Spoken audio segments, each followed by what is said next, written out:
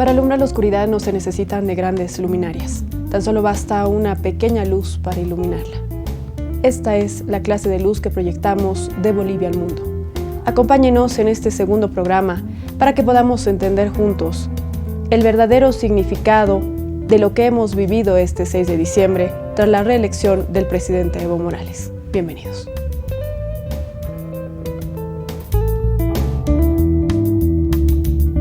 Luchar es darse cuenta. Pensar es darse cuenta. Amuit Añani. Cuenta tagokunan chistian. Kuri Yahata Kuyaikua. Nos daremos cuenta.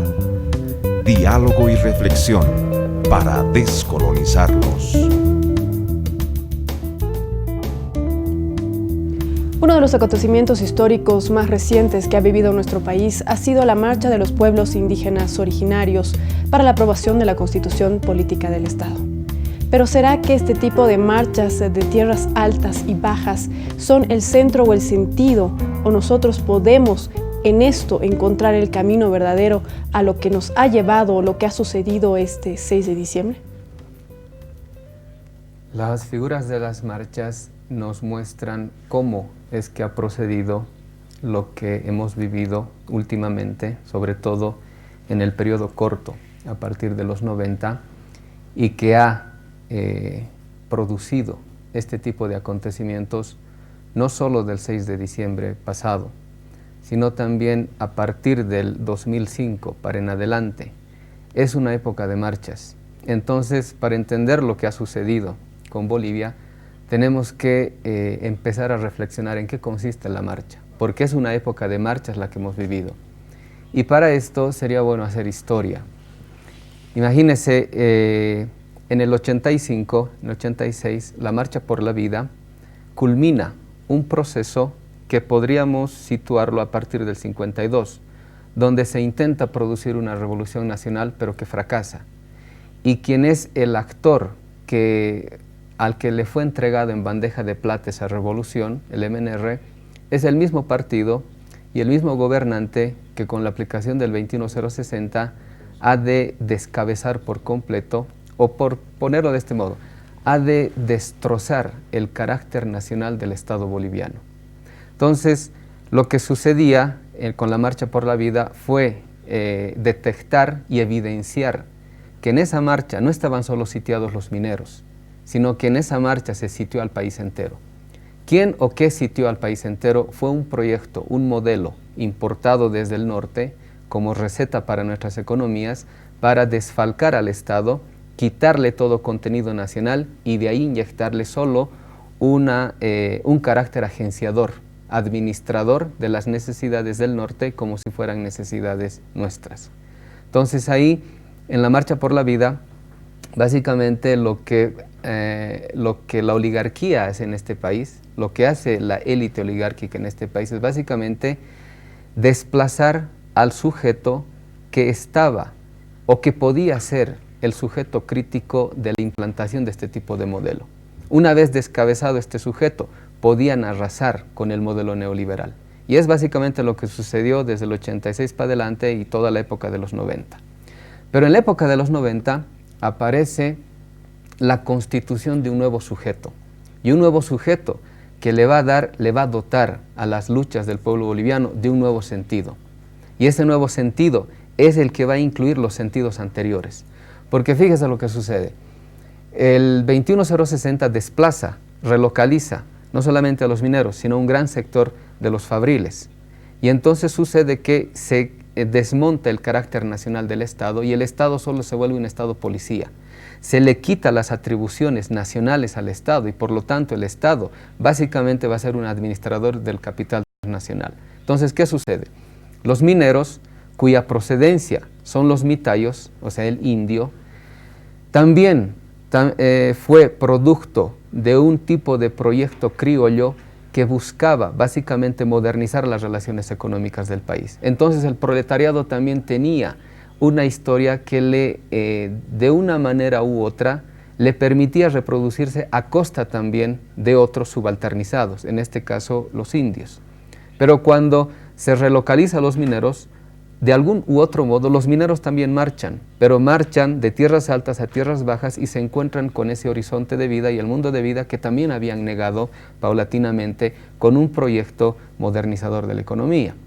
Entonces hay quienes les reciben las comunidades indígenas campesinas, y ahí surge el nuevo sujeto que va a abanderar estas nuevas luchas que desde los 90 y en el siglo XXI van a producir cambios fundamentales no solamente en Bolivia sino en la región. Ahí aparece el movimiento cocalero. Lo mejor del proletariado boliviano y las comunidades indígenas campesinas van a producir el nuevo sujeto.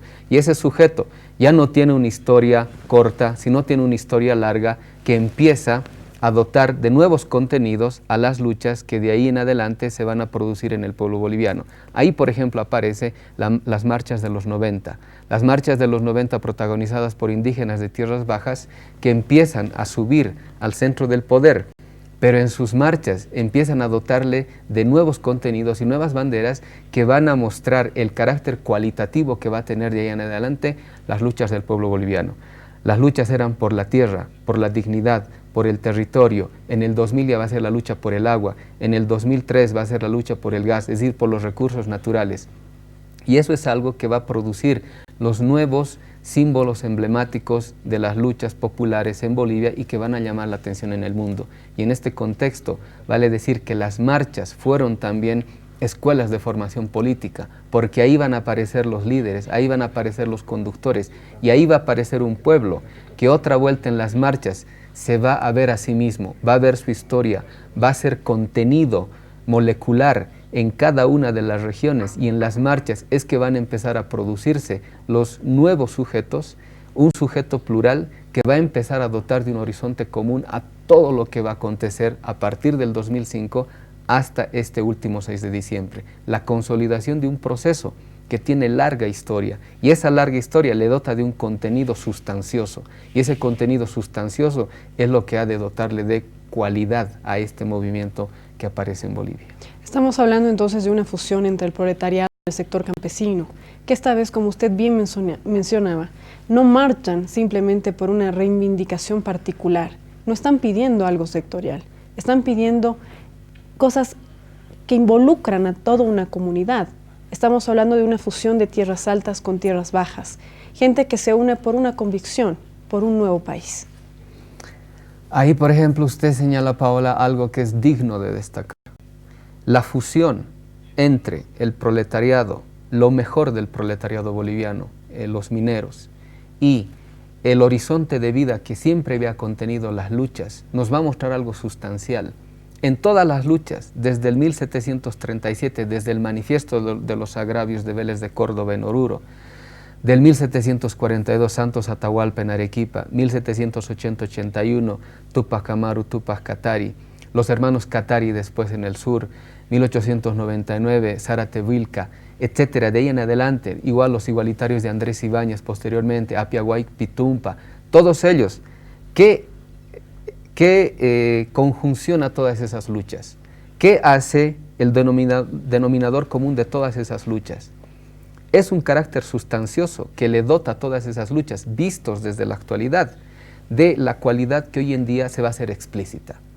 Todas estaban buscando básicamente restaurar una forma de vida en contra de la imposición de una forma de vida que a partir del 1492 y en nuestras tierras del 1532, para poder desarrollarse tienen que destrozar no solamente las demás formas de vida, sino la vida en sentido eminente. Lo que ahora estamos proyectando como horizonte común es básicamente un vivir bien. Un vivir bien quiere decir, no podemos vivir de modo cuantitativo, afincado solamente en la pertenencia o en la propiedad o en el enriquecimiento repentino y rápido, sino que el vivir necesita una cualificación metódica, y esto tiene que ver con que el vivir no puede ser un vivir cualquiera, el vivir tiene que ser un vivir bien, que asegure la vida de todos y cada uno de los habitantes. Por eso esa unión hace posible que, una vez que en los 80, con no solamente el debacle del socialismo real, sino también que aparece triunfante un modelo, el neoliberalismo, y enarbola el fin de la historia. Es como si la humanidad se hubiese quitado todo tipo de alternativas. Frente a eso, quienes padecemos ese tipo de triunfalismo del primer mundo, padecemos las consecuencias como la devastación forestal, la crisis ecológica y la pauperización del 80% de la humanidad. Le decimos al mundo, no es solución el desarrollismo moderno, no es solución el proyecto desarrollista del primer mundo, porque ese proyecto desarrollista está socavando las dos únicas fuentes de riqueza, el ser humano y la naturaleza. Frente a eso, ¿qué hacemos?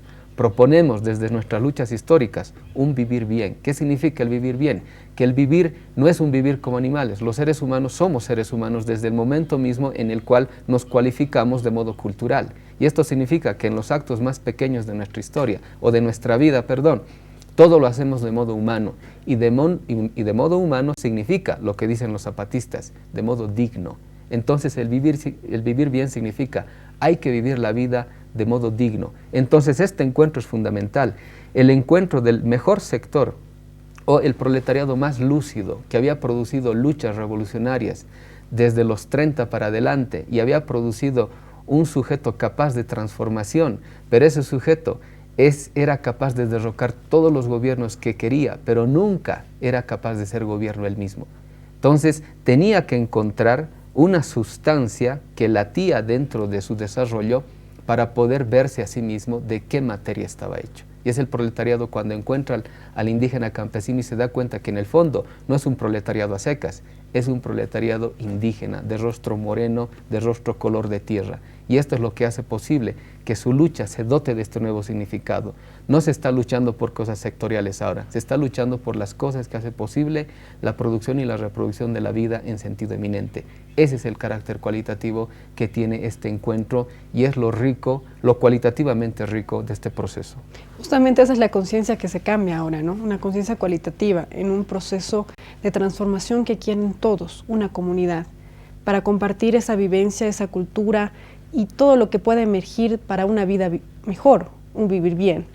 Pero de estas marchas de los pueblos indígenas originarios se me viene a la cabeza una frase de que cuando alguien no lo oye, no lo escuchan, uno grita, porque no tiene otra alternativa. ¿Qué pasa con los cercos?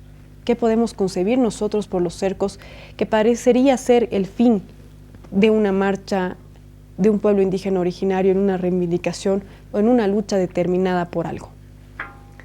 Ahora ahí toca usted otro punto fundamental que es digno de destacar.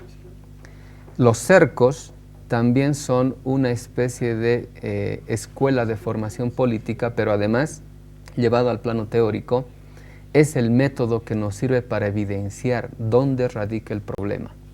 Si la historia de las marchas de tierras bajas hacia tierras altas, o las marchas por la vida, o la última marcha grandota que hubo, que es la marcha por la aprobación de la nueva Constitución, son marchas en las cuales en el proceso de la marcha es cuando se va cobrando conciencia.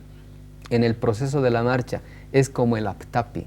En el aptapi significa un recolectar, un recoger, pero también un recogerse en la historia, en las perspectivas, en el pasado y en el futuro. Es un acopiar experiencias, es un acopiar productos, es un acopiar esperanzas. Por eso siempre se dice, de la suma de las desesperanzas, lo que aparece no es otra desesperanza, sino de la suma de las desesperanzas, lo que aparece es una esperanza organizada. Eso es lo que produce las marchas.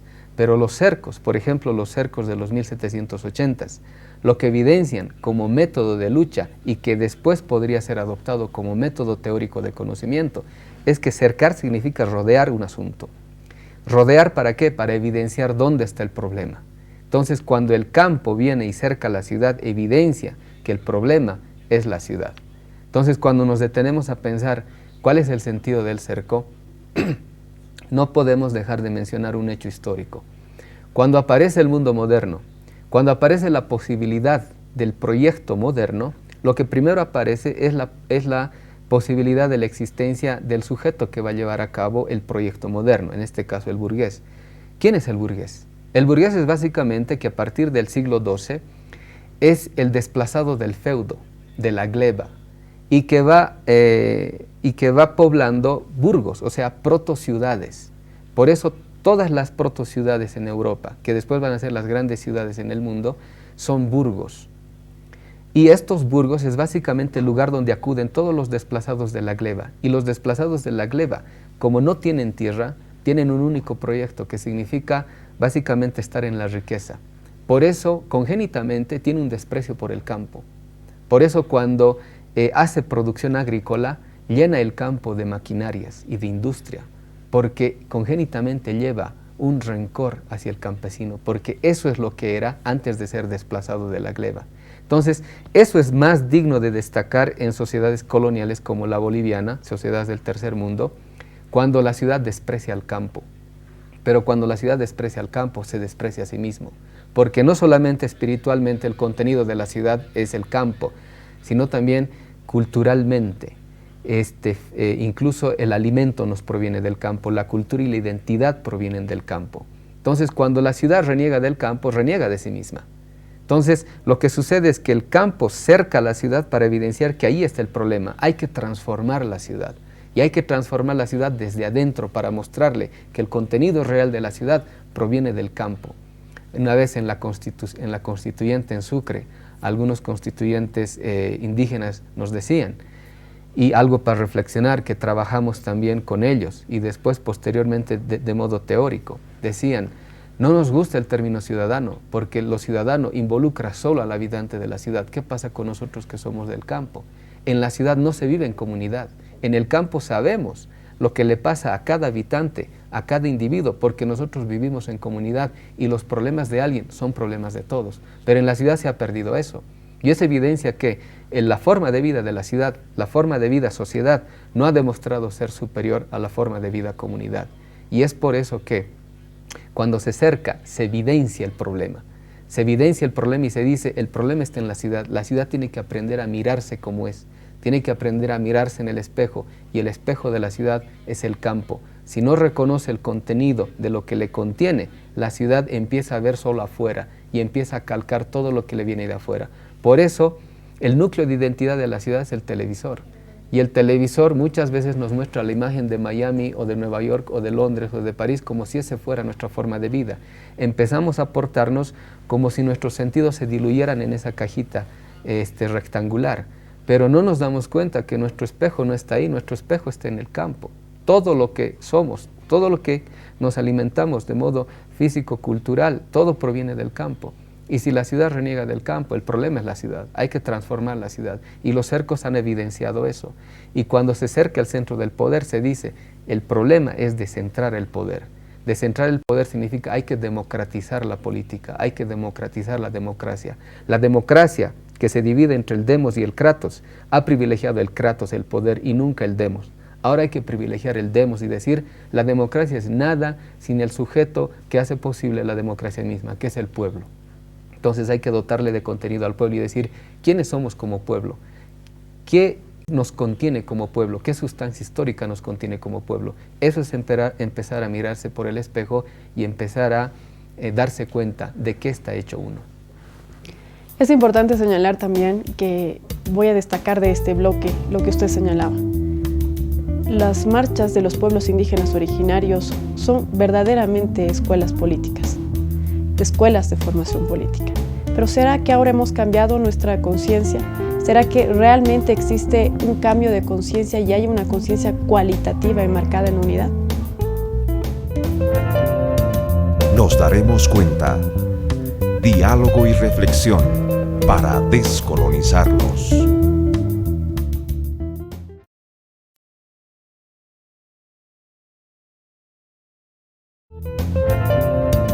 Nos daremos cuenta. Diálogo y reflexión para descolonizarnos.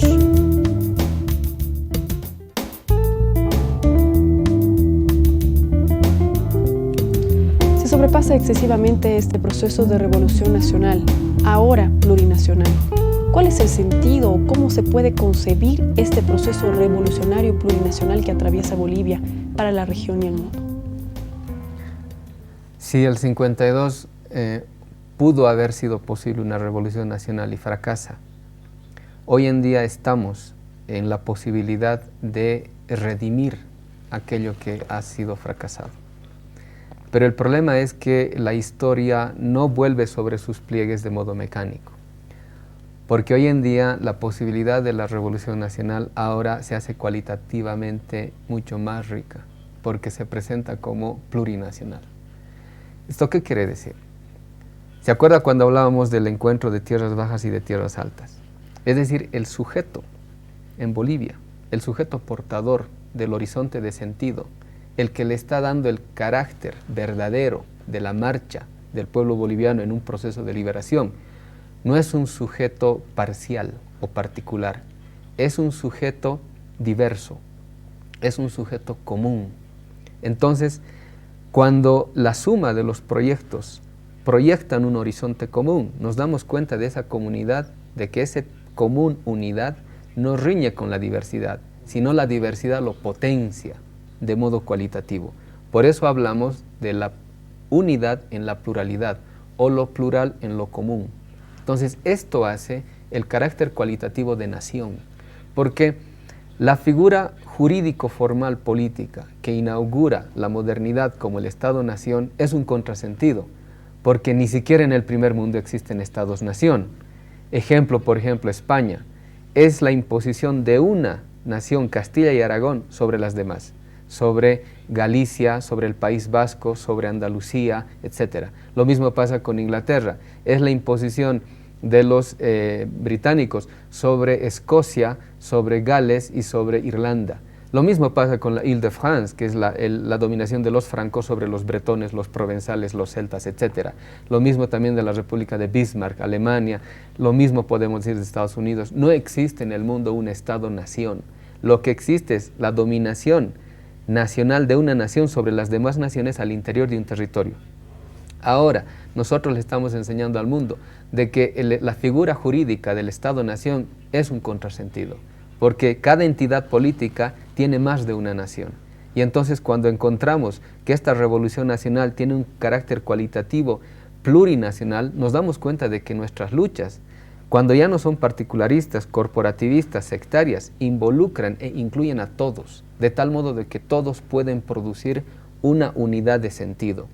Y esto repercute de tal modo al mundo, porque esto involucra el máximo de conciencia posible que se estaría produciendo en el carácter cualitativo de esta revolución plurinacional.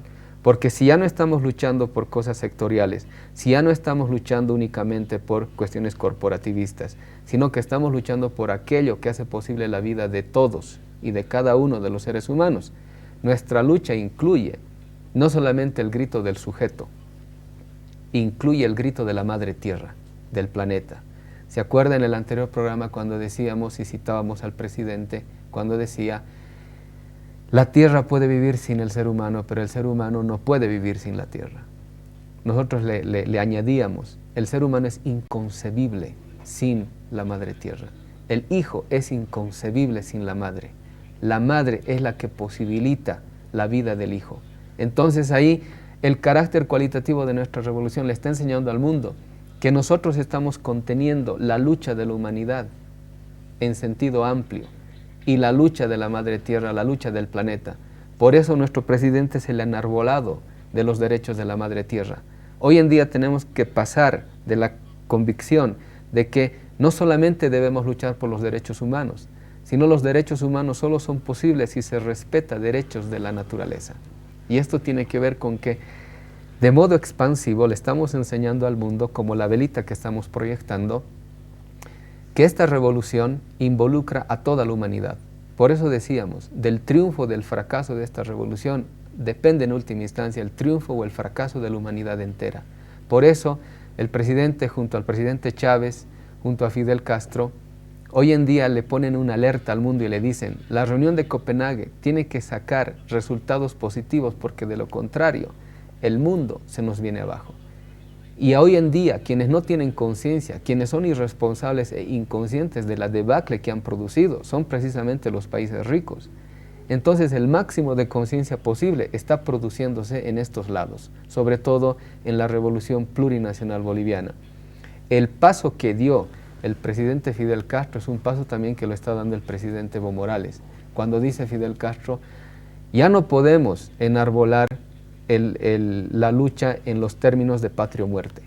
Porque luchar por nuestra patria ya no es luchar por nuestra patria sola, es luchar por la humanidad. Eso es, en última instancia, la idea del hombre nuevo del Che Guevara. Que yo sea capaz de indignarme de la afronta o de la vejación que otro ser humano al otro lado del planeta está sufriendo. Entonces, frente a eso, dice Fidel Castro, hay que pasar de la consigna patria o muerte a vida o muerte. Y es lo que también el presidente decía el domingo de la victoria, y decía, este triunfo nos da más responsabilidad ante nosotros y ante el mundo, porque en definitiva estamos luchando por la humanidad y por el planeta. Es por eso que este tipo de acontecimientos nos señala como un faro ante el mundo. Habríamos pasado de la consigna patria o muerte a la consigna vida o muerte porque los excluidos desde el 1492, las víctimas del proyecto desarrollista moderno, nos han testimoniado y nos han mostrado las consecuencias de este modelo de desarrollo que tiene que destruir las dos únicas fuentes de riqueza. Y estos básicamente nos están mostrando que la contradicción hoy en día fundamental ya no es capital-trabajo, porque el capital, perdón, cada vez más está botando más trabajo humano fuera del sistema económico. Entonces la contradicción hoy en día es capital versus vida. Y esto es básicamente lo que están mostrando los pueblos indígenas como la contradicción fundamental a la cual tenemos que enfrentarnos. O vida o muerte, o vivir bien o capital, o desarrollismo moderno o un nuevo modelo de desarrollo que no signifique la alteración y la destrucción del ser humano y de la naturaleza. Cuando usted señala un proceso de transformación, una mejor calidad de vida, ya no queremos capital, trabajo, queremos capital versus vida. Ahora las condiciones son totalmente distintas. La conciencia cualitativa ha cambiado en toda la comunidad y ese es el mensaje y que se proyecta al resto del mundo. Es por eso que todos ponen los ojos en este proceso de transformación, porque realmente se están dando cambios, pero cambios profundos, no cambios de apariencia. Pero cuando usted señala de que se sigue una línea como la de Cuba, como la de Venezuela, estaremos quizás inclinándonos a un proceso socialista. ¿Se podría decir que esta es una revolución socialista? Esa experiencia que tenían los países del este de Europa, que también fracasó, por cierto, ¿no? Pero ¿será que estamos en esa tendencia o se puede decir que nuestra revolución es más que socialista? Esa es una muy buena pregunta y le agradezco que haya hecho esa pregunta para mostrar el por qué tenemos que resignificar el socialismo. No es cierto que hayan fracasado o haya fracasado el socialismo real, le hicieron fracasar. Y eso incluso Margaret Thatcher en uno de sus últimos libros recuerda cómo en complicidad con Reagan, Margaret Thatcher y el presidente de Francia vendieron softwares a la Unión Soviética con el espionaje de ese entonces que hicieron imposible la revolución energética y cibernética en el mundo soviético. Hicieron básicamente, destrozaron prácticamente toda la gasificación porque iban a explotar el gas de Siberia e iban a unir a toda la economía soviética gasificándola con el gas. Y para ello necesitaban un control cibernético vía computadoras para organizar todo aquello. Entonces les vendieron unos softwares que tenían virus, que tenían troyanos. Y entonces esto hizo posible que en un momento dado empezaran a reventar todos los ductos y todos los gasoductos y la economía soviética se vino al desplome. Entonces, esta idea de los fracasos es una idea que nos han vendido los gringos, por ejemplo, para decir la revolución nicaragüense ha fracasado. Mentira. Reagan financió a los contras, financió la contrainsurgencia para hacerla fracasar desangrándola por dentro de la economía. Porque una economía no puede subsistir si está atendiendo a conflictos internos. Lo mismo quisieron hacer con nosotros el año pasado, con el golpe cívico prefectural. Lo mismo hicieron con Allende. Es decir, ocasionaron un boicot económico para pretender que esa economía estaba fracasando. Y era mentira, la hicieron fracasar. Ahora bien, vamos a resignificar el socialismo y históricamente vamos a revisar lo siguiente. ¿De dónde viene el socialismo? Cuando Lenin escribe las tres fuentes y las tres partes del marxismo, señala, las tres fuentes y las tres partes son la filosofía clásica alemana, la economía política inglesa y el socialismo utópico francés. Ahora, ¿de dónde proviene el socialismo utópico francés? Hay que recordar que los jesuitas fueron por 3 siglos educadores de toda Europa. Incluso el supuesto fundador de la filosofía moderna, René Descartes, estudió en un colegio jesuita que se llamaba La Flèche. Y él estudió a uno de los grandes escritores jesuitas, uno de los fundadores del derecho moderno, Francisco Suárez. Pero también estudió la lógica mexicana de Antonio Rubio. Es decir, le vino el conocimiento del Nuevo Mundo y eso formó a muchos de los grandes filósofos que se conocen en la historia del pensamiento moderno, y esto evidencia que por 3 siglos los jesuitas educaron a Europa. Ahora bien, los jesuitas tenían la experiencia de la comunidad de vida de los apóstoles, pero nunca pudieron realizarlo eso de modo empírico, sino en el Nuevo Mundo, con las reducciones jesuíticas. Entonces, ¿ahí qué sucede? Sucede que para posibilitar la realización empírica de la comunidad apostólica, ellos necesitaron encontrar en los guaraníes, en la forma de convivencia guaraní, la posibilidad para poder realizar eso de modo empírico. Los guaraníes, en la búsqueda de la tierra sin mal, habían desarrollado criterios políticos para que se den cuenta y evalúen cuándo estaban reproduciendo sistemas de dominación. Una vez que encontraban que estaban reproduciendo sistemas de dominación, desmantelaban sus ciudades y otra vuelta se volvían nómadas en busca de la tierra sin mal. Entonces, en ese encuentro producen comunidades que realizan empíricamente el ideal de los jesuitas, el ideal de la cristiandad latina también, que era producir ciudades en las cuales reine el bien, la armonía y la comunión de bienes. Entonces, sucede que en el 1767 los jesuitas son expulsados del Nuevo Mundo. Y toda esa experiencia que habían estado comunicando a Europa de que era posible realizar de modo empírico el reino de los cielos, produce las literaturas utópicas en el primer mundo. Por ejemplo, es inconcebible sin este tipo de experiencia las obras de Campanella, de Francis Bacon o la famosa Utopía de Tomás Moro. Entonces, todo ese conocimiento, de pronto, cuando son expulsados, empiezan a aparecer en publicaciones numerosas y ahí aparece el socialismo utópico. Entonces, se puede decir que el socialismo real, el socialismo de Marx, el socialismo de Engels, de Lenin, es nieto de la forma de vida, de la experiencia comunitaria que tuvieron acá jesuitas y guaraníes. Hay una experiencia, una anécdota muy interesante, en la cual uno de los enviados de Roma, que viene a desmantelar las comunidades jesuitas y escucha a uno de los jesuitas indígenas que estaba al mando de una de estas comunidades y le explicaba que el modo de vida era prácticamente compartir el pan entre todos, compartir los bienes a cada quien según sus necesidades y de cada quien según sus posibilidades. Y el enviado de Roma le dice: he escuchado esas ideas disparatadas en algunos radicales franceses. Y le replica el jesuita indígena y le dice: pero si esa era la forma de vida de los primeros apóstoles. Y es cierto, si la gente que nos ve revisa el capítulo 2 de los Hechos de los Apóstoles, ahí van a encontrar la forma de vida de la comunidad. Compartían el pan, compartían la oración, compartían los bienes, a cada quien se le pedía según sus posibilidades y a todos se les daba según sus necesidades. Es decir, ese es el ideal comunista. Entonces, cuando se nos empieza a decir que el socialismo proviene de Europa, hay que enseñar esta historia para decir: el socialismo europeo es hijo y es nieto de la forma de vida que llevaban acá jesuitas y guaraníes y que después los jesuitas llevaron al primer mundo como experiencia en sendas publicaciones y numerosos libros en los cuales se enseñaba esta forma de vida. Ahora bien, el socialismo tiene que resignificarse porque tampoco puede ser el socialismo que se ha conocido como socialismo real y ha devenido muchas veces en totalitarismo. Por eso hay que resignificar el socialismo. Pero el problema está también en que ¿vamos a identificar lo que estamos produciendo como socialista o necesariamente también tendremos que ya no solo resignificar, sino transformar este concepto o cambiarlo por otro?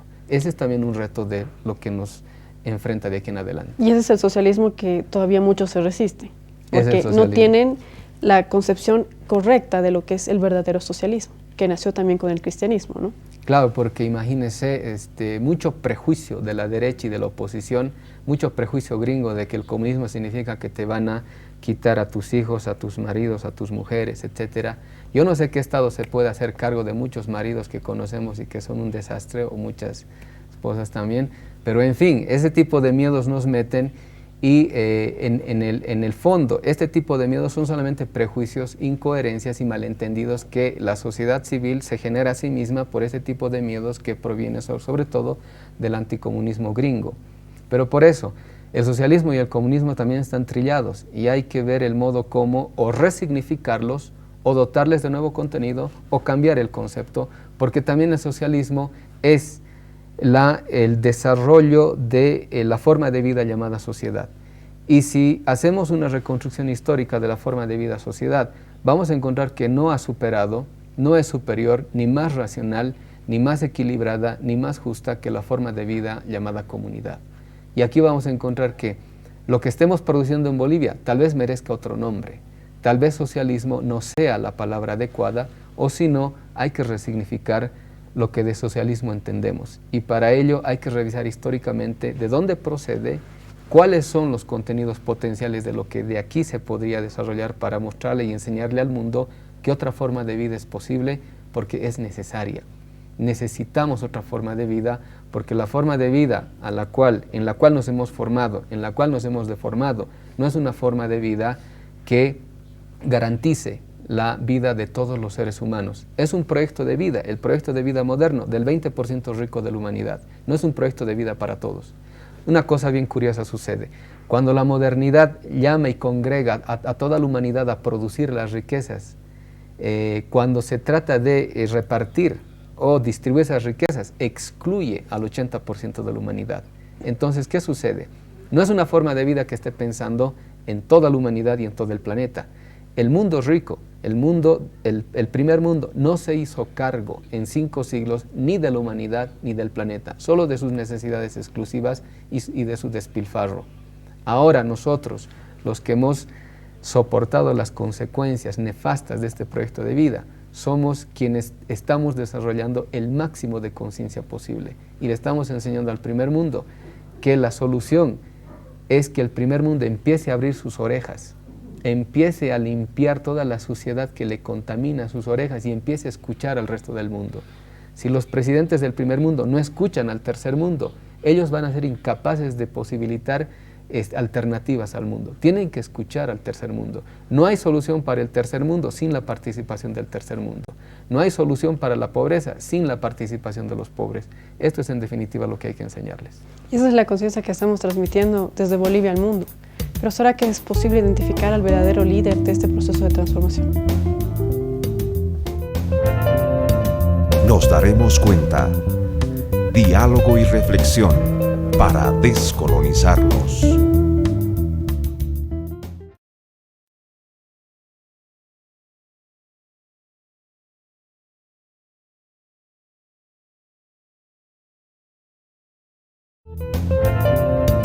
Nos daremos cuenta. Diálogo y reflexión para descolonizarnos.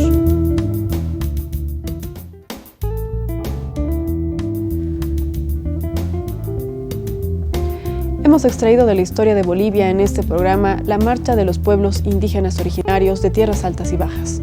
¿Por qué? Porque todos sabemos y estamos convencidos de que realmente tienen un propósito social, un propósito de vida, de reivindicación para toda la comunidad, en beneficio de toda la población de este país. Pero ¿cómo podemos identificar al verdadero líder? ¿Quién guía estas marchas de los pueblos indígenas originarios? ¿Cuál es el fin? ¿Cuál es el propósito? En la historia de las luchas emancipatorias en el mundo, que no empiezan en la Revolución Francesa o en la Revolución Gloriosa de Inglaterra, sino tienen larga data. El primer movimiento emancipatorio que conocemos en la historia de la humanidad es el éxodo de los esclavos, liderizado por un Moisés. Entonces, cada proceso genera su propio líder. Y es en el proceso mismo en el cual, como escuela, se va conformando los conductores. Pero de esos conductores aparece siempre uno que lideriza el proceso y es el que muestra el sentido y el horizonte. No solamente como capacidad proyectiva teórica, sino sobre todo vivencial. Porque la gente no se guía solamente por ideas, necesita ver que esas ideas hacen carne en alguien. Y ese alguien en su propia vida manifiesta la posibilidad de la realización del ideal al cual todos tienden. Entonces, por eso aparecen pocos y de entre esos pocos siempre aparece uno. Y ese uno es el que, después de que existen diversos conductores, es el que sobresale. Es el que sobresale mostrando proyectivamente a dónde conduce esto. Y es el que tiene visión estratégica, visión panorámica, visión a largo plazo en lo que consiste el proceso que está viviendo. Por eso los líderes manifiestan en su propia vivencia las posibilidades, pero también las limitaciones del pueblo que está marchando en ese proceso. Por eso los líderes vivencian y dan testimonio de aquello a lo cual se está atendiendo. Por eso son pocos. Hay un Espartaco por acá, hay un Mahatma Gandhi por allá, hay un Tupac Amaru por acá, un Tupac Katari, y hay un Evo Morales. Y la condición de líder básicamente está mostrando que el proceso mismo ha conformado a este líder. Este líder no nos ha caído del espacio, sino este líder se ha ido formando en la lucha cotidiana, en la lucha diaria, inclusive en las marchas que han sido las escuelas de formación política de estos líderes. Y desde el 2003 hasta la actualidad, ¿cuánto también ha aprendido el líder que ahorita está conduciendo este proceso? Y el pueblo se da cuenta de eso, porque este líder está empezando a resignificar de tal modo el proceso que da nuevas luces. Cada día da nuevas luces, cada día está diciendo algo que el pueblo empieza a advertir como también formación en el proceso del cual el pueblo está viviendo. Por eso el pueblo sabe reconocer y sabe decir, este es el líder, este es el conductor y este es el que está llevando y vivenciando el proceso este. Porque el verdadero líder no es aquel que guía simplemente desde un lugar lejano al pueblo, es aquel que está con el pueblo trabajando por su propio beneficio y desarrollo. Es por eso que recuerdo el día cuando se conocieron, justamente el 6 de diciembre por la noche, los resultados en boca de una de las elecciones generales de este 2009. El presidente Evo Morales no se atribuyó la victoria. Él dijo, esta es la victoria del pueblo. Eso es lo que le hace líder, porque él básicamente está trastocando toda la noción que de política tenemos. Él está produciendo un nuevo sentido de política, porque cuando él habla, habla el pueblo, habla la historia. Por eso sus palabras tienen peso. Por eso cuando él reclamaba, cuando fue la presentación de un libro y él decía, hay que cambiar el título, no todos somos Evo, sino todos somos pueblo. ¿Esto qué significa? El líder se da cuenta de que él es nada sin aquello que le contiene y que hace posible su presencia, el pueblo. Entonces ahí el sujeto es el pueblo. Hay un conductor, pero ese conductor es nada sin el pueblo. Y cuando le atribuye al pueblo la vanguardia y el carácter de dirección, es cuando el líder sabe ser líder y sabe reconocer su lugar en la historia. Es cuando dice, la política debe ser la ciencia de servir al pueblo. Cuando dice esto, está prácticamente trastocando toda la noción de que de ciencia se tiene en la actualidad, que de ciencia política se tiene en la actualidad. Porque la ciencia política y mucho más, la ciencia en sentido general, nunca concibió para sí el carácter servicial de su actividad. Nunca concibió el servicio como fundamento de su accionar, de su vocación, de su oficio. El cientista nunca reflexionó sobre este carácter servicial de su actividad.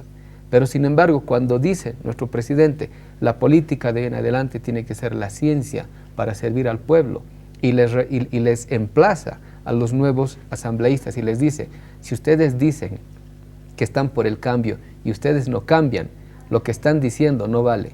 Lo que están diciendo va a ser reclamado por el pueblo, porque ustedes están enarbolando el cambio, pero si ustedes no cambian, el cambio será solo un discurso y el pueblo sabrá darse cuenta.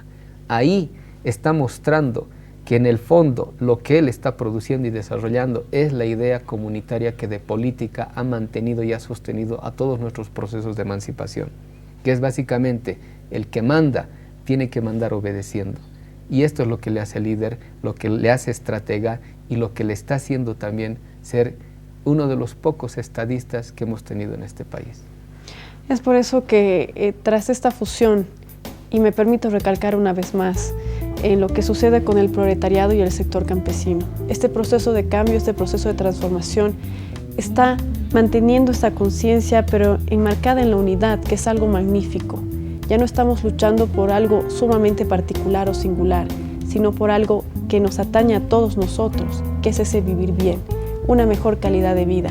Las condiciones para lograr un Estado nacional sólido y consolidado están dadas. Entonces, ¿será que con este proceso de cambio, este proceso de transformación, de aquí en adelante, se nos vienen mejores días? Porque nosotros le aperturamos el sentido, pero la respuesta está en sus manos. Buenas noches.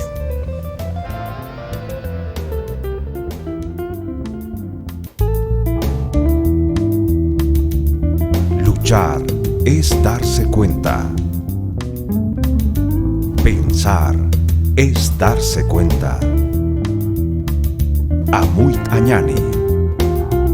Cuenta tagokunanchistia.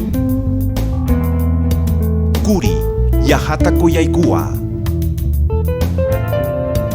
Nos daremos cuenta. Diálogo y reflexión para descolonizarnos.